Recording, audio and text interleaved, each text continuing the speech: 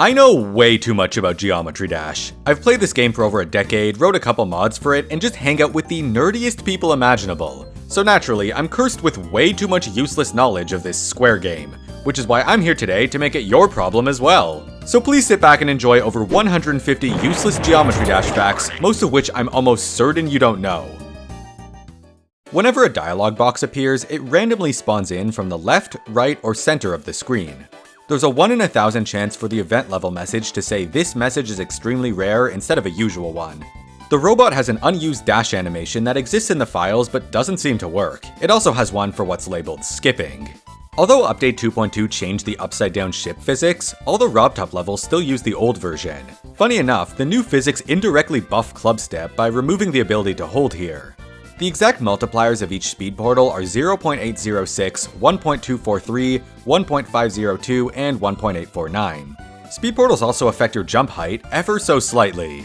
If you jump twice in a row, the second jump will be slightly higher, and you can actually make gameplay out of this if you're crazy enough. All the even-numbered paths give a color upon completion, and all the odd-numbered ones give 300 diamonds. If an icon is found in a secret chest, it means that it's in the treasure room, but if it's found in a special chest, that means it's something else. Special chests include Wraith rewards, the social media chest, the ads in Geometry Dash Lite, the 3 treasure room milestones, Zolgaroth, and other chests hidden around the menus.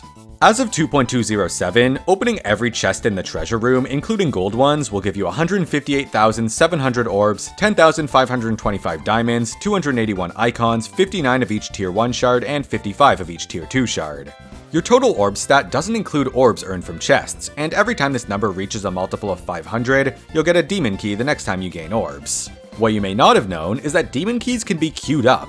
When a level you've already beaten gets rated, you'll earn the orbs for it but not the keys, and if you were to gain, say, 2,000 orbs this way, that means the game now owes you 4 demon keys, but since you can only get 1 key at a time, you'll instantly get one the next time you earn orbs, then the next, and so on. You can also just restart the game, which recalculates your keys and gives you any missing ones. The Chaos Gauntlet doesn't appear until the Demon Guardian talks about it, so if someone shares a screenshot of the gauntlets where they're all suspiciously shifted over by one space, it probably means they're a total noob. The Gauntlets page has a fully functional refresh button, but it's hard-coded to be deactivated. The stats and icons on your profile only get updated when you click your profile button or visit a leaderboard. Have you ever noticed that a spike hitbox appears every time you respawn? This little guy is called the no-clip spike, and it's a sort of anti-cheat. If you don't die to it, then the game knows that you're no-clipping, but if you do die to it, it ignores the death and lets you continue normally.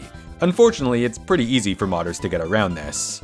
There's actually no texture for the bronze user coin, the silver one just gets recolored, and this might be tied to why gold ones can be colored in the editor but not user ones. The stats menu currently doesn't show your moon count anywhere. When unlocking the supporter icon, Scratch's first line is whispered, as in it's smaller than the normal font size. The icon also stays visually locked until you refresh the page. The account named green user is gold, and the account named gold user is green. In my last useless information video, I mentioned that there's 3 5-star levels named JF, but unfortunately someone broke the chain specifically to spite me. The level How to Clutterfunk is literally just a 1-to-1 copy of the level. In fact, if you look in the level data, the 3 secret coins are still there, but they don't appear since it's a custom level. The awarded tab wasn't added until Update 2.0, so if you go to the last page of it and then a couple back, you get to play all the early 2.0 levels, which are often kind of hilarious. Also, the very last level of the awarded tab is this easy 9-star level. It used to be an easy demon, but it got downgraded. However, it still tries to use the easy demon face, so we end up with this abomination. You can see the same thing with the level Smetana, which used to be a medium demon, which is why it became normal. As for why this is on the last page of awarded, I have no idea. There's also a similar bug where newly rated demons will appear in the hard filter of the awarded tab. This seems to last until they get a proper difficulty locked in. The Hall of Fame button from 2.1 still works, but it only lists epic rated levels and not anything higher like legendary. I used to think that the old featured tab in Geometry Dash World was frozen for 7 years, but turns out that it wasn't. New levels would just be added to the last page instead of the first. The last level to be added was called Enchanting Ghost, and it came out in 2021. Many of the game's sound effects are actually stock sounds. Here's some of the highlights. That last sound was called Exploding Glass 1, but there's also an Exploding Glass 2, which sounds like this. If you listen really carefully, you can hear it in the sound effect for obtaining an icon. The song Secret Boss by Camellia uses the same stock voice as the robot guy in the cellar. The song World's Smallest Violin by AJR uses the same xylophone as the GD achievement sound. For some reason, Chris Hendricks has a few songs in the music library. This guy is one of the original developers of Club Penguin, who also composed some of its most iconic songs. And if you're too young to understand that one, the soundtrack for Run 3 is also in the music library, since it was composed by F777. On the topic of F777, which is apparently how that's pronounced, the F actually stands for Fire in the Hole, and it has since he was a child. The music library contains Dash Full by MDK. It's the full 3-minute version of Dash, but based on the version heard in the game and not the different one on YouTube. I actually like this one more. And speaking of Dash, all the voice lines on the song can be found in the sound effects library in the trailer voice folder. Geometry Dash. In 2014, MDK uploaded a video revealing exactly how he made those sounds in Finger Dash.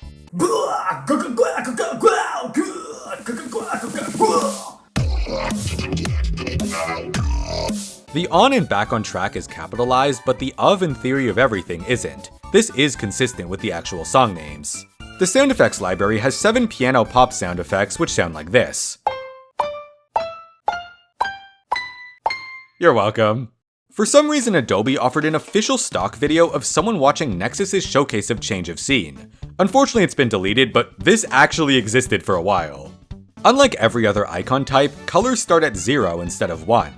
The circle shown around colors is actually just the default trail texture. Cubes 287 and 485 are set up in a way that allows them to have 3 colors when glow is enabled. Ship48 is credited to an unregistered user named VirusMetal. Ball75 and Robot28 have a little bit of red in them. Spider27 was supposed to be a reference to the undead core from the game Cave Story, but RobTop seemed to think it was too creepy, so he changed it to a cube face. There's an unused icon sprite sheet in the game files that seems to be from earlier in 2.2's development, and there's a lot of cool stuff we can learn from it.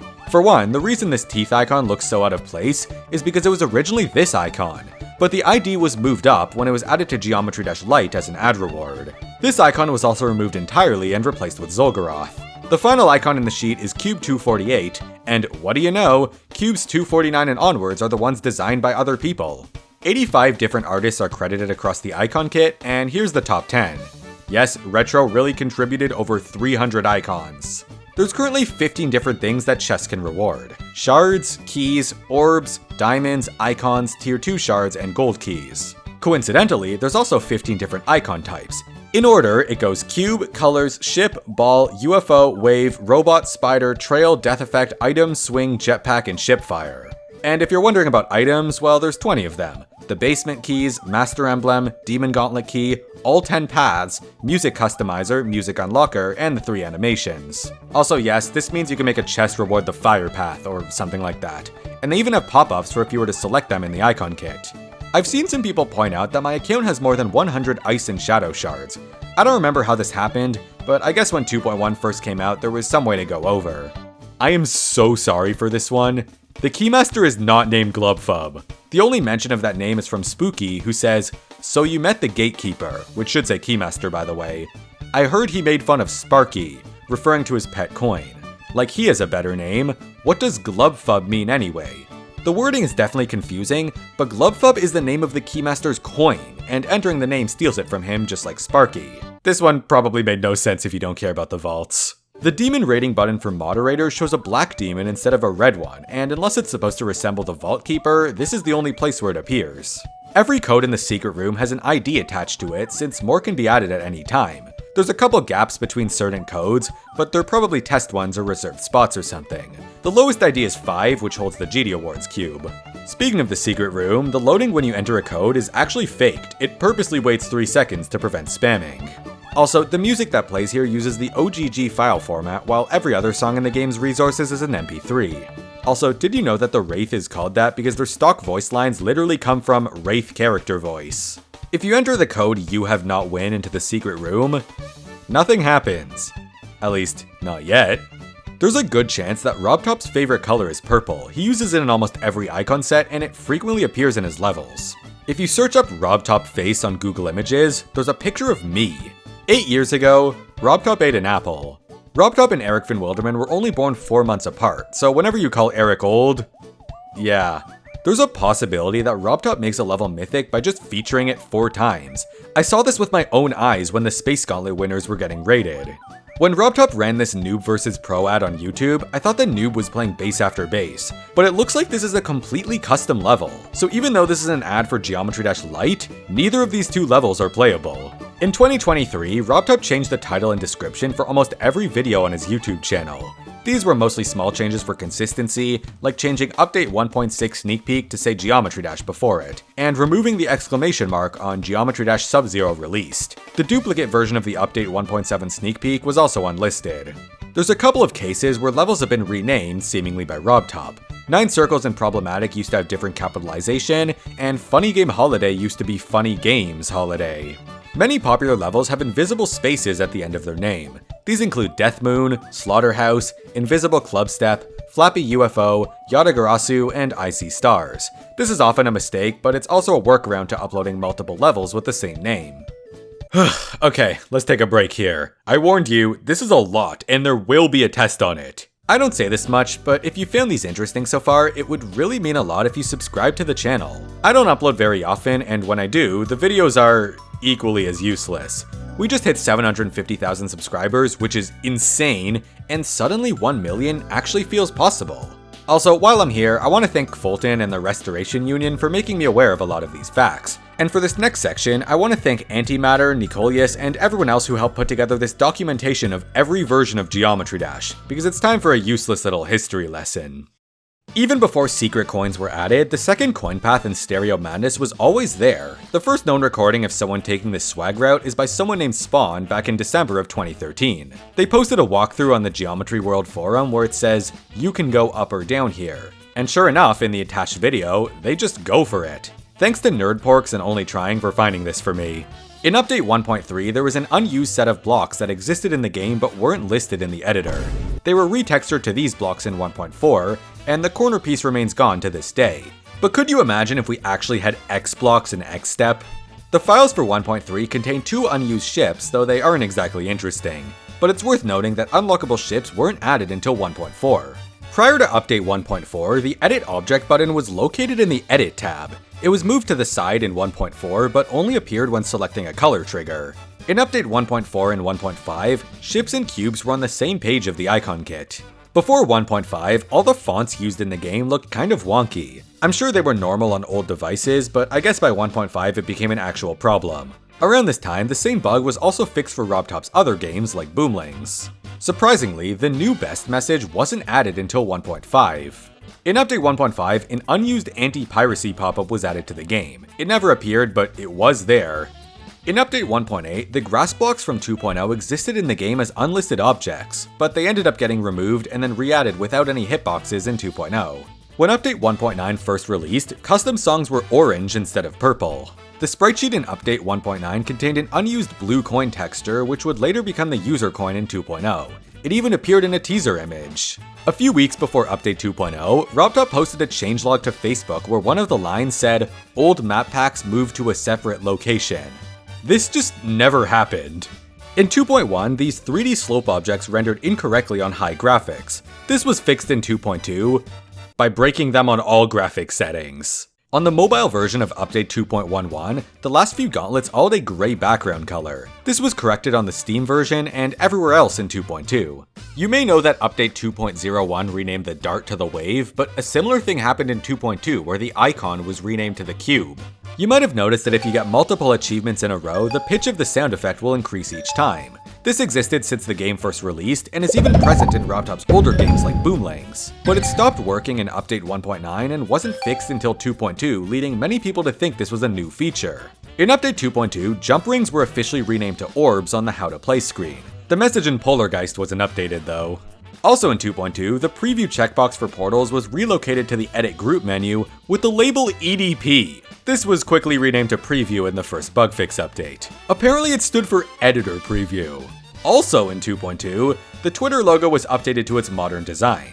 RobTop said he was going to use the X logo, but it was too ugly. In the first release of Update 2.2, the Show Hitboxes setting was called Debug Draw, which was the internal name it used for a while. Solid objects had a white outline, passable ones were yellow, and special objects like orbs had nothing. When the first bug fix update released, the setting was renamed to Show Hitboxes, and all the hitbox colors were sneakily changed to be consistent with what MegaHack uses. Ever since it was added, the info box for easing rate displayed a placeholder message. As far as I can tell, this was the only placeholder that still wasn't changed in 2.2, and after I called it out, it just got removed entirely. Update 2.206 added an anti-pause buffering system, where if you pause too many times in a short period, you just won't be able to anymore. Moving on from history, let's talk about the RobTop levels. The final block in Can't Let Go is slightly misaligned. In Update 1.9, black blocks were added to this ship transition in Next Step. 1.9 also extended this platform in Theory of Everything since you used to be able to miss it and skip the rest of the level. This saw in Electroman Adventures has a spike underneath it. This moving platform in Geometrical Dominator has jump pads underneath it as decoration. RobTop forgot to add the spike hitboxes to this structure in Dash. The ship part in Dash is not a free fly section, you can see the black borders the entire time. Dash is the first official level to not have song guidelines in the editor, and the pulses work like a custom song rather than being hard-coded. It's well known that this blue gravity portal over the Dash spider portal serves no purpose, but in RobTop's April Fool's level, it actually prevents you from entering this section upside down. Ever since 2.2, the secret key in Viking Arena no longer appears. This is because it has an opacity of 0, which now extends to the pickup animation. The level Knockem doesn't have a single visible portal, every single one is custom. Since 2.2 broke the original ending of Knockem, the level was updated to use this cool custom ending instead. This green orb in Power Trip is actually 2 green orbs stacked on top of each other. The sewers tells you to press down to enter this door, but that's the one arrow key which does nothing. The sewers has some unused voice lines hidden above the level, which sound like this. So, it has come to this.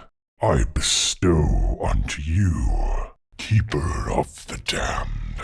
In the cellar, there's a gap in the ceiling hitbox which allows you to go out of bounds and collect all 3 coins. And if you keep going to the right, it leads to a warp zone, which takes you to... Okay, I'm kidding, I made that part up. In Geometry Dash Lite, the Cursed Thorn had its HP reduced from 14 to 10. This is also in the main game as of Update 2.206. Every official level in the game has a difficulty face, even if you can't see it. The challenge is hard, the tower is normal, sewers is hard, the cellar and hollow are both harder, and every GD World level is hard, except for the first 2 which are normal. There's a really awesome team of people who've created a spreadsheet of every rated level in Geometry Dash. It also keeps track of the weekly featured levels in Geometry Dash Lite, and even holds some custom leaderboards like which songs are used the most often. It's a really awesome resource, and I'll put the link in the description. By checking every rated list, we can easily calculate which levels appear the most times, and therefore what the most useful levels to beat are. I made a website a while ago that does exactly that, and right now the most useful levels to complete are Death Moon, White Space, and Pattern Seeker. I find it really cool how as more lists get rated, it creates a sort of approximation for what the community truly considers to be the best levels of all time. Here's a couple of facts about how the game works internally. All the buttons on a menu are divided into sections for organization. You can tell which buttons share a section based on which ones bounce when you drag your mouse across them. The name in the code for a button is CC Menu Item Sprite Extra. Yes, every time you want to make a button, you have to type this. The internal name for this pop-up is FL Alert Layer. This is its simplest form, but most pop-ups in the game are built off it. It's been present in every RobTop game, all the way back to his first one, Forlorn. That's presumably what the FL stands for. As for the game Boomlings, there's plenty of code lifted from that as well. For example, this thing is called a Boom Scroll Layer, and coincidentally, a Boomling is present on one of them. The game's textures reveal some pretty funny internal names for a lot of the objects. These are called rods, these are swerves, this is called pixel art, these are small balls, this is a plank, brick, ice spike, damage square, cogwheel, blade, light blade, dark blade, spin blade, cartwheel, round cloud, rotating ball, flash ring, and pickup circle. Also, jump pads are called bumps, and I'm not even gonna try to guess what these stand for. Most of the game's particles are stored in these plist files, which have the exact same properties as the particle editor. This means that every vanilla particle can be perfectly recreated in the editor, and there's even some levels that have done exactly that. As of 2.2, RobTop stopped using plist files for particles, and now he just hardcodes them directly, using the new format generated by the particle editor. Some of the hard-coded particles include the path unlock animations, the tower door, the wraith text box, and the fire around mythic levels. Every time you open the game, it secretly pings google.com to test if you're online. Believe it or not, lists are actually just levels. They share the exact same data structure, but don't have level data, and instead have some new properties like the levels they contain and how many diamonds they reward. Think about it, they both have names, descriptions, comments, difficulties, likes, you search for them the same way, so as far as the server's concerned, they're just levels. Alright, this next section is dedicated to the game being really broken. If you enable the default mini icon setting, going through a mini portal as the swing will turn it into a cube copter. When you copy a player color in the editor, dark colors will always be slightly lighter than they're supposed to be, which unfortunately ruins a lot of transitions. If you look carefully, every slider in the game has a subtle square around the knob, and it's part of the texture as well. I'm so sorry about this one. If you're quick enough, you can skip the game's terms of service pop-up and play without accepting them, but you'll have to dodge it every time you go back to the menu. The Twitch button on the menu is ever so slightly misaligned. When you search for an account, it always says that they have 0 diamonds. The Mythic search filter actually searches for legendary levels, and the legendary filter searches for mythic ones. Instead of properly fixing this, RobTop just made his server return the levels opposite to the one that you checked off. The UFO and Swing both have no terminal velocity, so they'll keep building up speed when you hit a black orb. If you turn off auto retry in platformer mode, it'll display a percentage when you die, but just like classic mode, it's relative to your time spent in the level. So if the level displays a time of 2 minutes, that's what 100% will be. For some reason, these thick outline blocks don't line up. The demon breakdown on your profile doesn't include event levels, so if you add up all the demons on this page, then the difference between that and the total number on your profile will be the number of event demons you've beaten. Reaching 53 or 59% on a demon level gives you 1 less orb than it's supposed to. Computers aren't great at doing math with decimals, so sometimes there's weird quirks like this. For example, 53% is supposed to give 212 orbs, but the final amount is calculated as 211.999985, which gets rounded down. The same thing happens with 59%, and there's also a few percentages that overshoot, but obviously you wouldn't notice those. What's funny is that if the orb formula multiplied before it divided, these errors probably wouldn't happen. The achievement for obtaining 15 ice shards and the achievement for reaching Path of Ice rank 2 are both called Ice Apprentice. Speaking of path achievements, I have a theory that a lot of these names come from ChatGPT, because who's coming up with Twilight Treader and Nocturnal Nomad? There's 90 of these achievements though, so I kind of get it. The pop-up asking you to rate Geometry Dash on the Google Play Store says, "We would love to hear what thinks, smiley face." If you spam click the door to the tower, the entrance sound will play multiple times. If you set up Portal's enter channel to anything other than 0, only the left half will have enter effects applied to it. But if you use one of the custom enter triggers, it'll only apply to the right half. You can even use these 2 quirks in combination. The medium version of this saw blade has a bigger hitbox than the large one. Warped objects completely break when you go through a mirror portal, but only the ones currently visible on screen. If your glow is set to color 0, your profile page will use your secondary color for it. If I had to guess, it's probably because the server thinks 0 means off. There's an extremely rare bug that causes chests and other timers to display a cooldown of 12 days. This happens because Geometry Dash does all its time calculations over a looping timeline of 12 days or 16 to the power of 5 seconds. If you were to open a chest right at the end of this timeline, the scheduled time for the next chest will loop all the way around, creating a difference of 12 days, which the game uses. Okay, you know what? It's time to talk about the editor, but only the useless stuff this time. I'm not making the same mistake. Checkpoints are technically a trigger, they're just set to touch triggered by default and can't be activated by passing through it. The square orb is known as a toggle orb in its settings, but a custom orb in the event trigger. The event trigger also gives us some great names like Gravity Dash Orb, Flip and Unflip Portals, Mini Scale Portal, and Dual Off Portal, which people used to argue about the name of. The secret coins in the tower have a special property that allows them to activate a group when they're collected. This is how they play their sound effects. Interestingly enough, user coins can also have this property, but there's no interface for it, so you have to manually edit the object data. Or you can steal them from a copyable version of the tower, but they'll always activate group 281. By the way, just to clear things up, RobTop does not own the Rob's Vault account. I do. If you need a copyable version of a level that hasn't been tampered with, this is the place to go. You can activate the end trigger from an on-death trigger, which causes this to happen.